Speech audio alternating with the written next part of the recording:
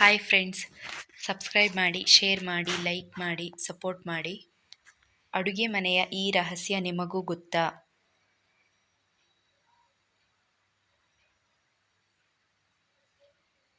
ಒಂದು, ಮೆಣಸಿನಕಾಯಿ ಬೀಜ ತೆಗೆದು ಬಳಸಿದರೆ ಖಾರ ಕಡಿಮೆ ಆಗುತ್ತದೆ.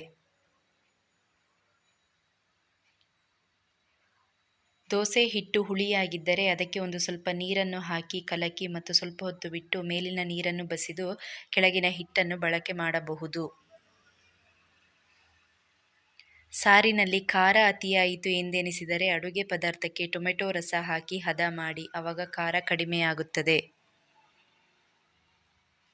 ಒಣಮೆಣಸಿನಕಾಯಿ ಬೇಗ ಪುಡಿಯಾಗಲು ಅಥವಾ ಕುಟ್ಟುವಾಗ ಒಂದು ಚಮಚ ಹರಳುಪ್ಪನ್ನು ಹಾಕಿ ಕುಟ್ಟಿದರೆ ಬೇಗ ಪುಡಿಯಾಗುತ್ತದೆ.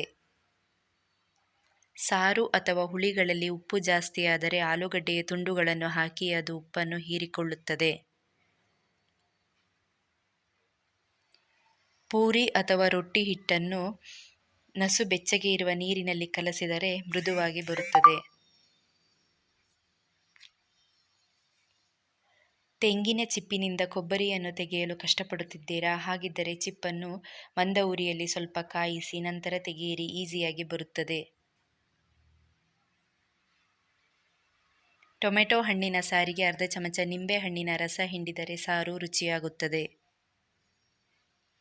ರವೆಯನ್ನು ಎಣ್ಣೆ ಹಾಕದೆ ಹುರಿದರೆ ಕೆಲವು ದಿನಗಳ ಕಾಲ ಕೆಡದೆ ಇಡಬಹುದು.